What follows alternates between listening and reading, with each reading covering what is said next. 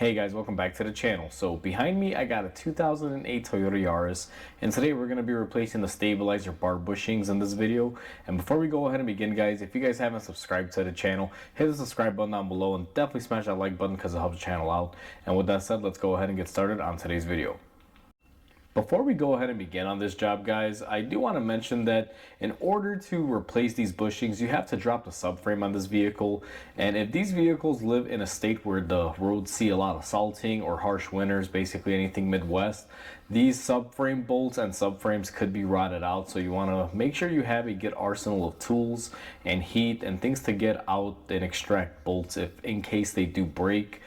Because I always find that the subframe bolts holding this onto the body, the rear ones, are always going to be quite a bit of a hassle. So just keep that in mind. And where you want to begin typically is get the car up in the air or on jack stands, however you prefer lifting it, and go ahead and remove the two front wheels. As you guys can see, I've already done that. So with that done, let's go ahead and get into this.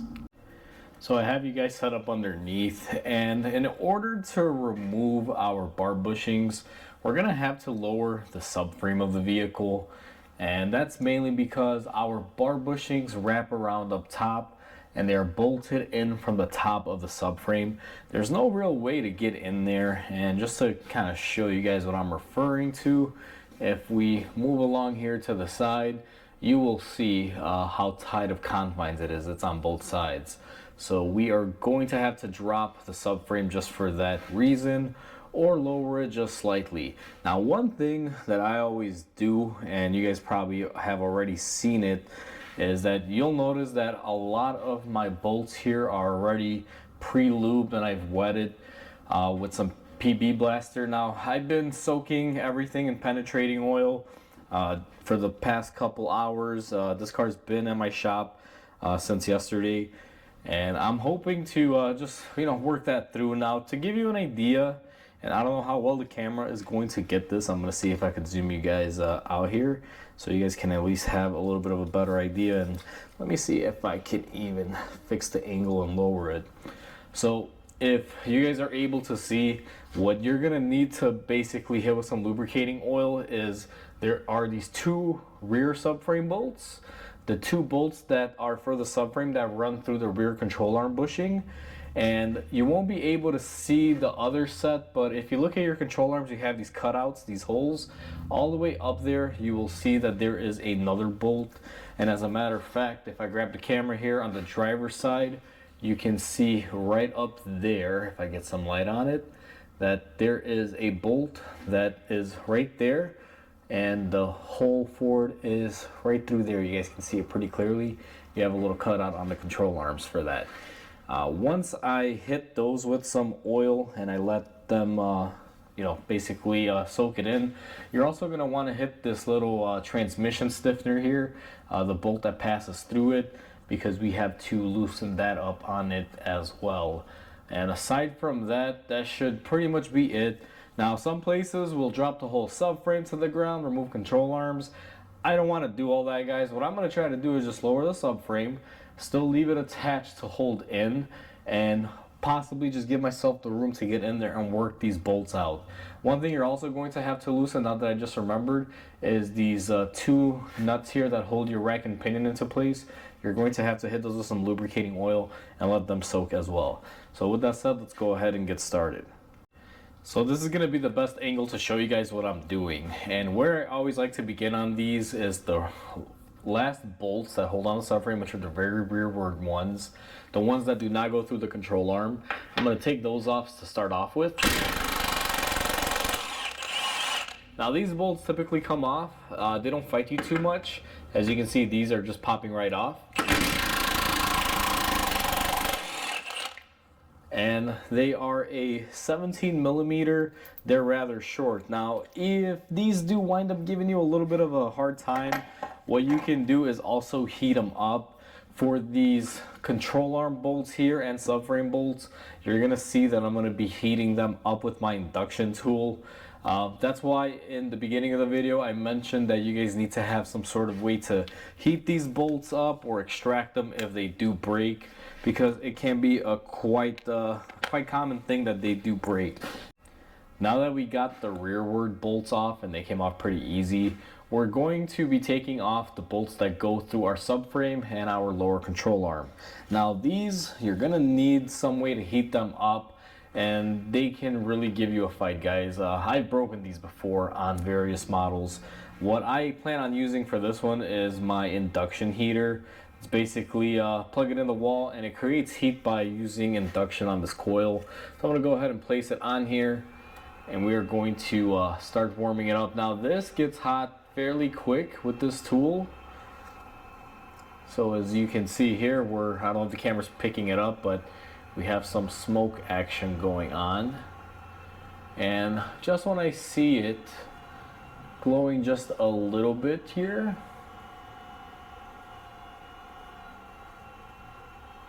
so the camera may not pick it up, but it's starting to cherry. I can definitely see it glowing. I'm gonna hit this with the gun and see what happens. Oh wow, so we got very, very lucky. This came out, and surprisingly guys, like here's the funny thing. I just dropped this bolt because I'm pretty sure it's gonna be very, very hot. So let me see if I can grab it here with something. So we got our bolt off. As you guys can see, she's steaming, but look at how wet this bolt is. So luckily our penetrating oil somehow got in between there and we were able to get it off. Now this thing is very hot, so I'm gonna go ahead and let this go, but we were able to get that off. So in the last clip you saw me remove that subframe bolt that goes through the control arm, and it was kind of at an angle, so I figured I would do a close-up on the driver's side one. Now this is the bolt that we removed previously, and this is the one we're going after now. And like I said, I've been soaking it for a while, so hopefully this one doesn't fight me. And what I like to do when you're using the induction tool like I'm using, I always make sure that I wipe off any sort of oil.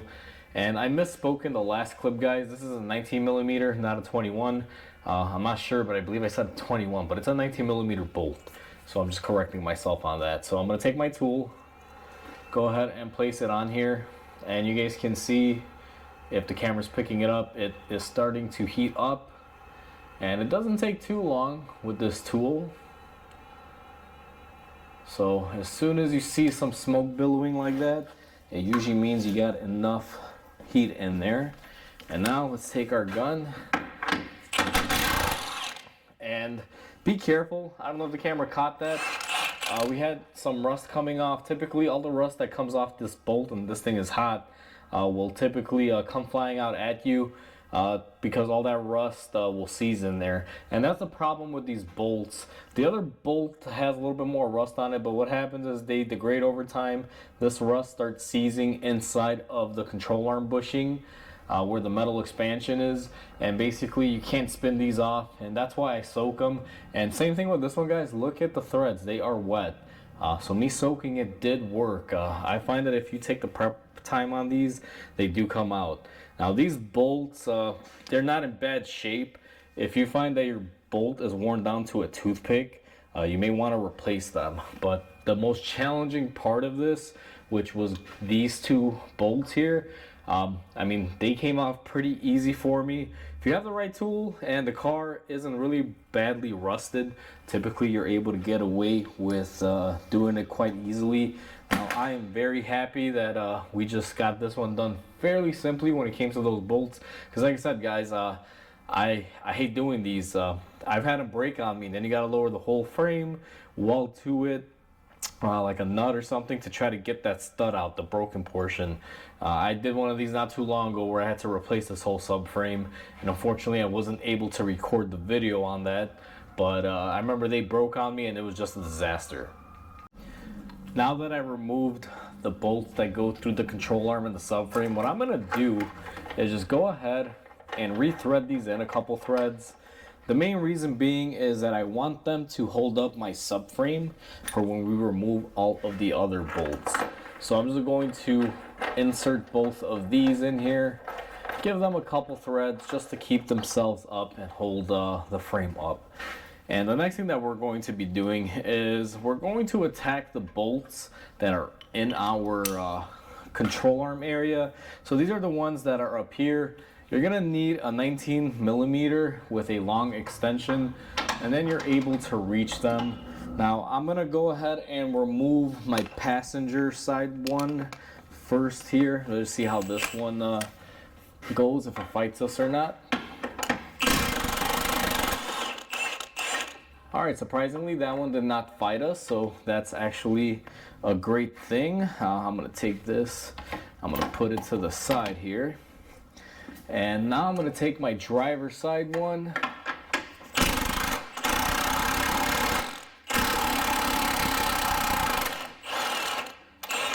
And go ahead and get that removed as well.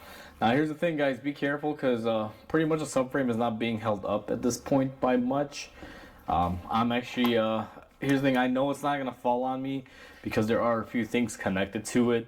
Right now, currently, my rack and pinion is holding it up, and I also have this transmission mount, plus the upper control arms are also holding it. It may have a tendency to want to drop a little bit, and just to show you guys can see it's fairly loose, but it's still being held in. That's why I put these rear bolts back into place, because I'm going to slowly remove these and see if it wants to fall off or if it's still going to be retained.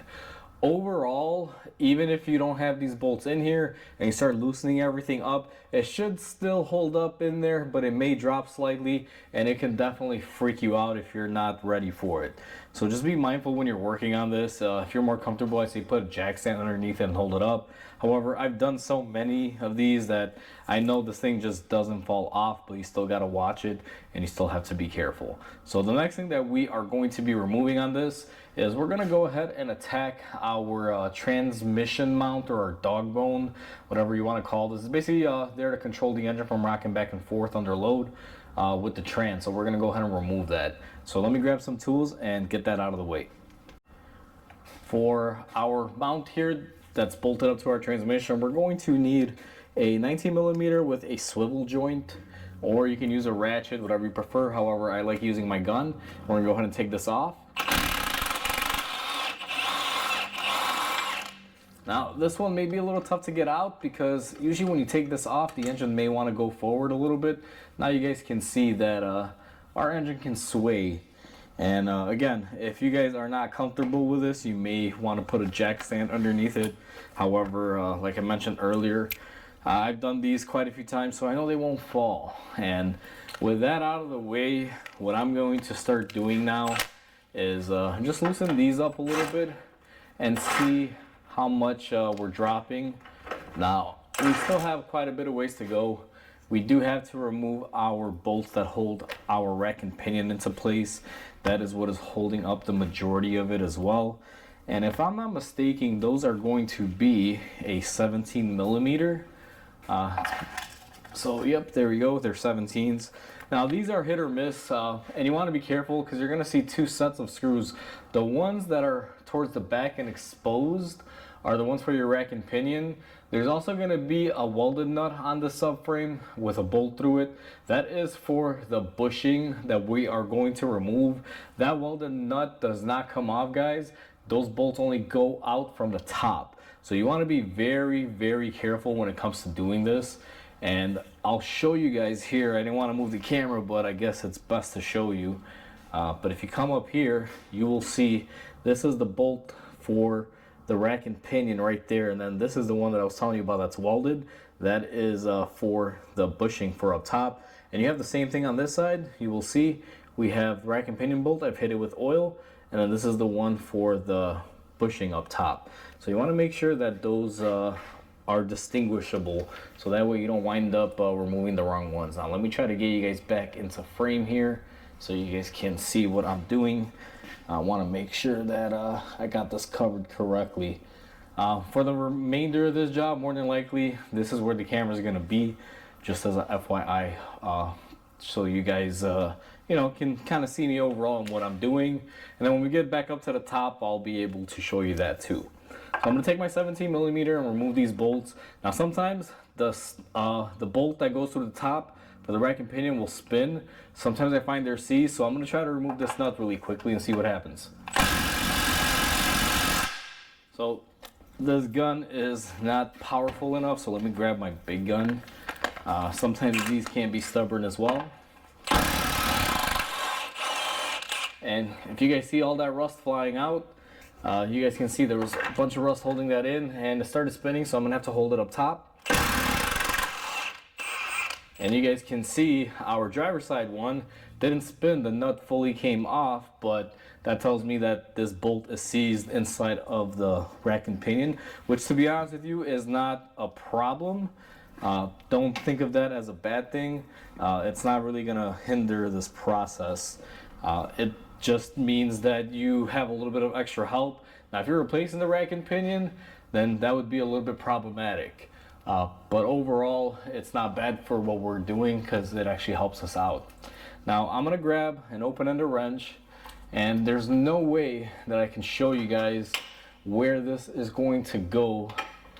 But what I'm probably gonna do is just put my wrench up here. If I can even get it on this bolt. Sometimes these can be very difficult to get to, guys. That's why it's nice when it just kind of sticks into place. So let me see if I can get that in there and hold it while we spin this up. All right, and we were able to. So all I did was I held the bolt up top, and I'll show you that portion once I'm able to get you guys in there. But for right now, we just took off that bolt, and it should be fairly loose. What I like to do at this point is just lift up on my rack and pinion, make sure it's going to move up and down. Now this one here, apparently it's not moving. I may have to hit that with a hammer very carefully just to push that stud up because it could be rusted into place. But other than that, we are set for the next stage. Now I'm gonna go grab a jack stand to put underneath here because I don't want this thing dropping in case it does. I'll be right back with you guys. Now that I got my jack stand set into place, guys, I just firmly put it on here. It's still kind of loose, but I just like to basically touch it right up to there. And typically I would use this or wouldn't use it, it just really depends. But in this scenario, since I've never dropped this car subframe before, even though I've done a lot of other Toyota Yarises in the past, I just want to play it safe, so I always put it down there as a precaution. But more than likely, through the other phases of the video, you might just see this thing completely out of the frame. So next thing is go ahead and remove your two lower bolts that go through the bushing and everything that we put in place just to hold it up. We already previously broke these loose and got them unfrozen, and we're just gonna go ahead and slowly start lowering this. Now we're not looking to gain a whole bunch of room here. We just need to make enough so we can fit in here. Now we definitely have a little bit of a snag here. This little bolt that goes through our rack and pinion on this side is holding on. So what I'm gonna do here is grab a little hammer, my little brass hammer, so that way we don't damage it. I'm just going to tap this right here. Now typically when these bolts freeze up in there, you guys saw the little bit of rust. What'll happen is they won't like to release and they're not gonna give you enough room. So I push them up, and then what I typically will do is just try to lift up on the rack and pinion. You guys can see all that rust coming out, and give this a little bit more room. See if we can give it another pry up. So this is how I generally do it. As you'll see, I'll loosen the jack where it's just moving in there, and then I'll just pry down gently on it, giving myself the room that I need. And right about there, I'm pretty happy with that. I can actually put my hands back here, and I'm gonna go ahead and reverse the camera, put it towards the back side so you guys can see what we're gonna be doing now. All right, so now we are looking at everything from behind, and this is what it looks like when you partially drop it. Now the bolts that we're after are going to be one here and one here. You guys can't really see it that well. And another one here, and same thing on the other side. And our bushing is located right here. Now earlier, let me go ahead and bring my rack and pinion down a little bit. You guys saw me use a wrench because the bolt that I was loosening that's up here wasn't coming loose because it was spinning with the actual bolt and nut. So what I did was I came up with this, and I just grabbed right up here on the bolt that holds the rack and pinion into the subframe, kind of like a pinch bolt. And I'll show you guys a little bit more clear here. I'll grab the camera, but that's the first thing that I wanted to clarify. And if I zoom you guys in here, you will see right up there, that is one of the bolts that goes through. See how it's very long, goes through the subframe. And then for this side, there is the one for this one. As you guys can see here, I was able to grab it up here with the wrench because it was spinning, and then hold it in place and get that off. And the other bolts that you're going to be looking for here, I'll give you guys a good angle. You have one there and one there. That's the one that's very difficult and hard to get to.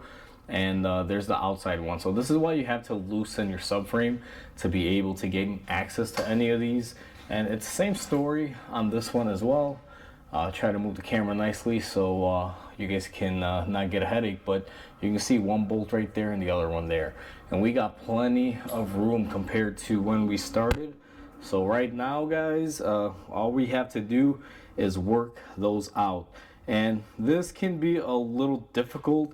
I'm gonna preface this by this, and you guys, it'll vary, but these bolts typically will break. Make sure that you have a way to heat them up and get them nice and hot before removing them, and also lubricate them as much as you can.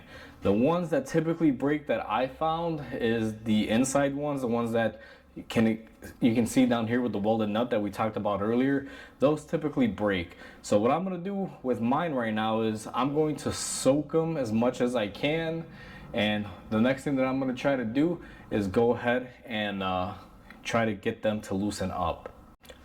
Alright guys, so I've dropped my subframe a little bit more so you guys can actually see this a little bit more neatly and clearly.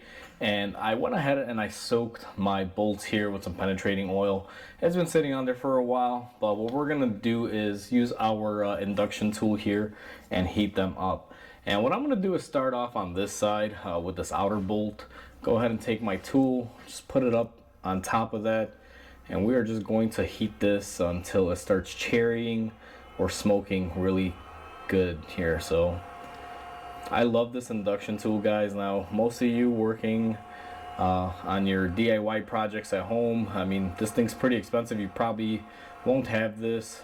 They do make some cheaper variants of this on Amazon for home use, but the one that I'm particularly using is quite expensive.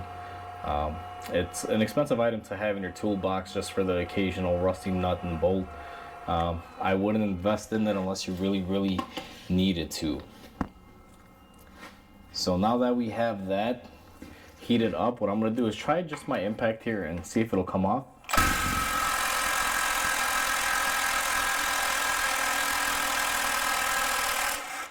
All right, and we were able to get that off.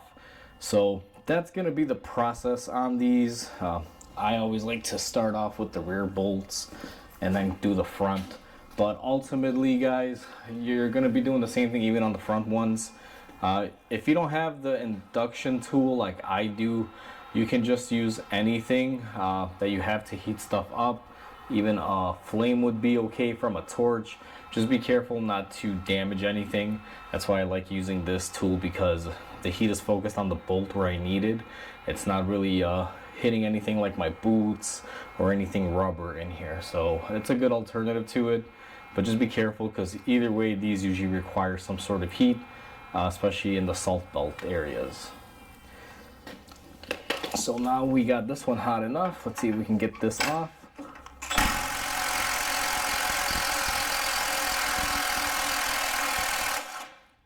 And just like that, it came off as well.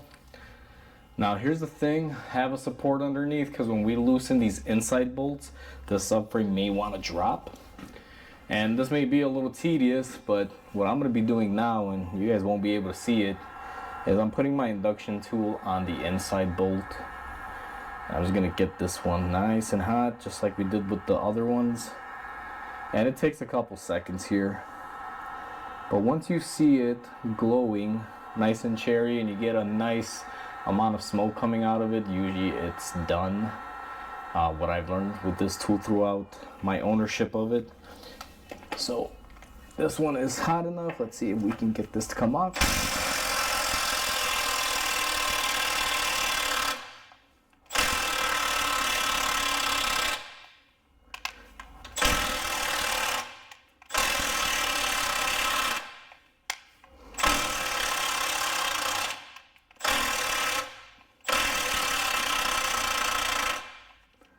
Now this one is being a little stubborn, and this one has the exposed nut on the bottom, so I can actually heat it up from here as well. So I'm just gonna focus a little bit of heat towards the bottom, and sometimes you have to play the back and forth game with these where you loosen and tighten, loosen and tighten. It is kind of common just to try to get that rust buildup off and out of it. So let's give this another go here. And you can see once I heated it up from the bottom, it pretty much just gave up. Now we have to do the other side here as well. So let me move my tools around here. And now let's do the last interior one. If I can get on it right there. And I apologize if there's smoke everywhere, guys. I don't know how great the video is doing right now because we have a lot of smoke building up here. So we're just gonna heat this one up from the top like so. And I'm also just gonna heat it up from the bottom as well, where that welded nut is, just because the other one we had to do that, and you guys can see the instant smoke right now. Most of the smoke is coming from the PB blaster or the penetrating oil, depending on what you use, especially if you have this tool. So don't worry, we're not on fire or anything. And just like that, we got all of our bolts off. Now I'm gonna let this thing cool down and I'll be right back with you guys. Now that we have our bolts off, I've given them some time to cool. What I'm gonna do is go ahead and remove them with our cap assembly or carrier. I'm gonna go ahead and set these to the side, and we're going to do the same thing on the driver's side here. Now never grab these when they're hot, especially after you've used a heating tool like I did, because these things can be really hot. Once we have those off, what we can do is just lift up on the bar, and then we have access to our bar bushings. And well, let's just say you guys can see these things are destroyed, just torn apart, making noise, really bad shape, really bad condition. And sometimes what I'll find too, and I'm just gonna set this here on our jack, if you lift up your bar, you'll have a bunch of loose flaking paint that they initially paint these with, and you want to go ahead and clean that up and blow this area off, just to get as much of that stuff out. Now one thing I do want to mention too is that the diameter of this bar is severely thinned out, meaning your bar is turning into a toothpick. You may want to option to replace the bar. Now this one, even though the paint is fading and it is a little rustic, the bar is in good shape. It has a good thickness and a good diameter, so I don't see it being an issue for us to just reuse it. If it was gonna be bad, this is the best time to replace it, because obviously the subframe's already down. We will have access to it, or the best access. Now that we've cleaned up our stabilizer bar, what I like to do is I take my descaler or something and knock off the paint ridge. This paint that's on here, it bubbles up and it gets really thick over the years. And you guys can see here the bar is pristine minus the paint. So what I did was I basically took a needle scaler, got all that off, used my air wand, got anything out that could be inside of the subframe here. And next thing we're gonna do is go ahead and install our bar bushings. Now this is what they look like. I do not put anything in the center here. A lot of people may put like silicone or grease. Here's the thing, you could probably put silicone in there and be okay, but if you put grease will eat the rubber. I do not recommend it. I put these in dry. The manufacturers do not really lubricate them with anything, and I will tend to stay with that motto. So what I like to do is I paid attention how my old ones came out, and the way these go is this flat bottom part with the opening here will be facing towards the front of the car. And so to put it on, you just open it up and slide it on over, and we're just gonna go ahead and do that right here. And the first one goes in just like that. These are super easy to do. It's just a whole process of getting it to that point. So that's the fun part of this, guys. What I always find is sometimes it's not difficult to do something, it's just the steps that are involved to get to it, and this is one of those classic ones. Now that I have my bushings in place, I'm gonna make sure everything is set in good and my stabilizer bar is set into the pocket where it should be. Now that we have the bushings in there, guys, what we're gonna do is take our caps, and the way these work is the step down part faces towards the front. And what I'm gonna do is go ahead and just put these in there just like so, and do the same thing with this side. Give them a little bit of a press if they don't form in there. They can be a little bit weird. Next thing that I did, and I didn't cover this on camera, but I took my bolts, I ran them through a wire wheel. Now these bolts are nice and sturdy. We got them off using heat. I don't see a need to replace them. They're still in good shape, and we are going to be reusing them. Now what I like to do before I reuse them is I will take some sort of penetrating oil, and I like spraying it inside of the bore where they go into. And this is just to help clean out anything, and it helps them go in a lot better and a lot easier. So I just go ahead and spray those down. And what I also will do too is I will go ahead and spray my bolt and go ahead and put it into the location. Now you have to maneuver these a little bit here to get them into the right place, because you are dealing with old fasteners, and sometimes they need a little bit of, I guess you can say, talking to. They can be a little stubborn. So I'm gonna go ahead and hit my other bolt with it as well, and go ahead and start them off by hand. Now this interior one, sometimes you really gotta have some pressure on it. What I would do is maybe use a socket if you can't really reach it too well, but I already hand threaded mine there. It started off really nicely. I'm gonna go ahead and do the same thing here. I'm gonna just lightly hit my bolt, and I apologize if I spray the camera with this, guys, because it just goes everywhere. And always start them off by hand, just like that. And now last but not least, my final bolt. Make sure I get some penetrating oil on that one as well, and line it up and just start hand threading it. Now once you hand thread it, guys, you're going to tighten it up, and you want to be very careful. So I'm going to show you guys my method for this. I'm going to snug them up using my impact. I start off with the inside one, and I'm going to go ahead and run it down a little bit, and then I'm going to go ahead and run my outside one a little bit.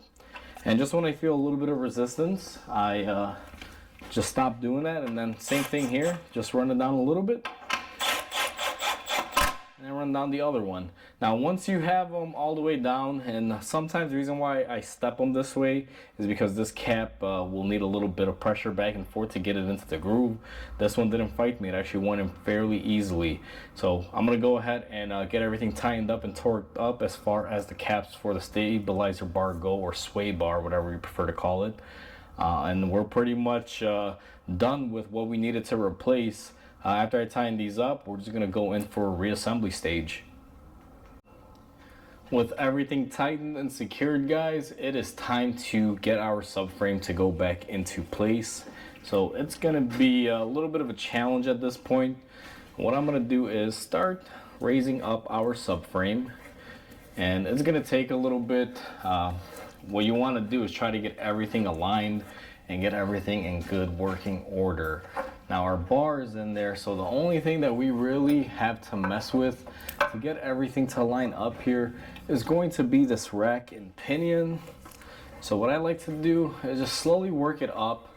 Once I see my rack and pinion is starting to hit my subframe, what I'm gonna do is just try to get this into alignment. I'm gonna try to work around the camera so I don't wind up distorting your guys' view. But this one needs a little bit more up here. So this is just the game that you play with these, and sometimes you gotta shift it one way or another. It all really depends on how much you disturb it, to be quite honest with you. Now I got this bolt to line up for our rack and pinion, so that's a good thing. And now what I'm looking to do is get our second bolt lined up, which we just did. And that's what I find is the hard part, just getting the rack and pinion to line up. And once you get that to line up, the other challenge that you'll face is to make sure that it's not cocked in there and that it's going in correctly. because that'll cause it to jam up a little bit. And we should briefly start seeing our bolts come out here for the rack and pinion, which we are, which is a plus. And let's see here, this side is being a little stubborn. And we had a little bit of issue with this side, so we're just going to try to work it as much as we can. And all I need is a little bit of it sticking out, and I'm in good shape here now. I'm trying to find my hardware, which it's right here. Once I get a little bit of the bolt coming through, I like to take my bolts and just go ahead and thread them on by hand, a couple threads. I'm not gonna tighten them as of yet. I'm just using that to keep it into place. And one thing I'm also paying attention to right now is my motor mount transmission side here as well. I'm going to line that up and use my bolt. Now from this angle you guys aren't able to see it, so maybe I'll hold off on this one. I'm just gonna set it in here temporarily just to hold me a good position on here, but you should eventually install that as well. I'd say it's pretty crucial. And next thing that I'm going to be doing as well is go ahead and relieve some pressure on my subframe and see if I can walk it back just a tiny bit to line up our rear subframe bolts. Now I gotta check the camera to see if you guys are in frame, and you are. So I'm gonna go ahead and take my subframe bolts here for the rear. I'm going to go ahead and just put those in here. And once I have these in here and they are into position, I make sure that they go in easily, because you got to make sure you're setting stuff up right correctly. And once I have those bolts in there, I'm going to take my forward bolts. Now these are the shorter 19mm bolt heads. These are the ones that go up top here. What I'm going to do next, because I didn't cover this too greatly, is I'll give you a side view on this passenger side one of me installing it, and it's going to be the same thing for drivers and passenger side. I have you guys repositioned so we can see what we're doing here. Now it's still kind of a bad angle, guys, but if you follow my hand up here, this is where our bolt goes. It's in between the body and where the subframe mounts. What you're going to do is come in through the dedicated hole opening that I showed you earlier on your control arm. You're going to go straight up with your bolt. Now it's a 19mm, and you are going to be needing an extension. And what you're going to do is go ahead and start hand threading your bolt up there, and get it in there as much as you can by hand before you tighten it up with an impact. Now I'm not going to be impacting mine just yet because I have to install the other bolt on the other side. So I'm going to go ahead and do the driver side really quickly. I'm not going to show it. It's virtually the same process.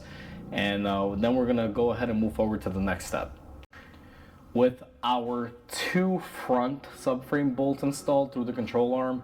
Now I did do this earlier, I just use this as a reference. I put it in here to hold the correct position while I was bolting in the subframe, but the camera was towards the back. So what you would have wanted to have done is go ahead and put this in there to help guide you, and then go ahead and start threading it in by hand. This is the motor mount bolt, or the transmission mount. Keep calling it a motor mount, but technically what it is, guys, is a torque mount. It helps keep the engine from swaying back and forth under acceleration and transmission gear shifting and everything. That's what that's used for. Now I got everything on here, a couple threads, so everything is good as far as that. And this is how I like to start these off. I put all my bolts in loosely. I make sure that they line up correctly, because if you start tightening down the subframe and it's twisted and your bolt holes don't line up, you're gonna wind up fighting it. So the best rule of thumb that I found is to go ahead and make sure that everything is put into place, hand threaded, and then you can go ahead and tighten things down. Now we have to put our control arm bushing bolts through, which are also our rear subframe bolts. It's the bigger bolts. Now these bolts, guys, I will say one thing. Upon looking at them, and I'll zoom in here, and it's kind of difficult because the lighting. Let me see if I can get some light on them. This one, even though it's still in decent shape, I could probably reuse it. You can kind of see right there, it's pretty rotted out. This other one is in good shape, but it's not horrible. I was talking with my customer regarding this, and they opted to go ahead and replace them. The only downside is that it's not something that I typically will order and keep, so I don't have this in stock, and I have to order from the dealer. So what I'm going to do for the interim is I'm going to reuse these bolts, and this car is going to be staying at my shop for the next couple days until I get these in stock, and I'm going to be replacing them. So what I'm going to do when I tighten them is I'm going to tighten them, but I'm not going to go super tight, just snug them up, because eventually I'll have to come in here and go ahead and replace those with the new ones, because these bolts were severely damaged. So now that we have all of our bolts hand threaded on there, one useful tip that I'll give you guys, because this subframe can shift its location, you want to make sure that all your bolts are nice and loose and can hand thread like mine are. Every single bolt that we just replaced and put back on here that you guys saw is pretty much free and easy. You can just wiggle it in by hand. And then what I did was I tightened up my jack to hold my subframe into place. The reason being is you do not want these bolts to drive up your subframe, because what will happen is you'll struggle and it may be crooked or off on one end and it'll cause an issue on the other end. Both sides, the bolts are just, you know, you can move them by hand very easily. And another update on this car, we just talked about it. These rear bolts are going to be replaced. My customer actually opted to get a lot of these fasteners replaced, so I have to do some ordering from the dealer, but he wants all the subframe bolts to be replaced. He even wants these nuts and everything to be redone that hold the rack and pinion on there. So what I'm gonna wind up doing, since I have to eventually come back and revisit this, I'm gonna tell you that this is the part where you tighten it. Now, you may not be in the same scenario as I am going to be in. Since I'm going to come back in here and I got to replace all these fasteners again, I know it's kind of a chore, but you know, just how it works out, and the customer wants it done that way, so that's what we're going to do. After all, he is paying for it, so you know, not a problem by me. What I'm going to do is just use my impact gun. I got my Milwaukee on a medium setting.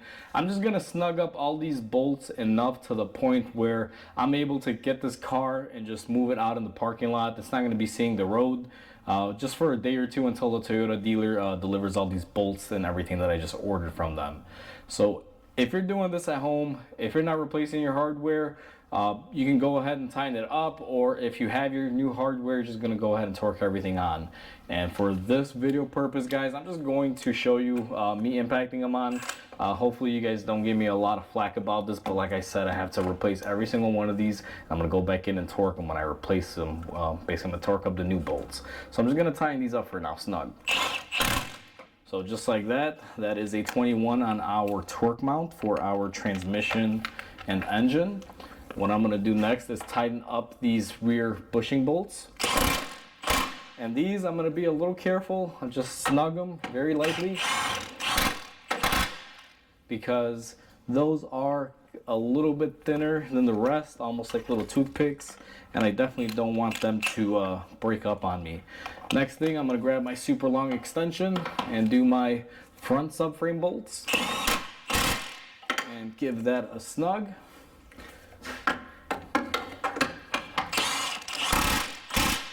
Just like that, and those are nice and tight now. And next thing that I'm going to do is tighten up our rearward bolts, which are these little 17 millimeters. And again, I'm not really going crazy here, light snugging. And I'm doing this because we are replacing all these bolts once again. I would hate to have a comment down below saying, you didn't tighten it, you're hacking it.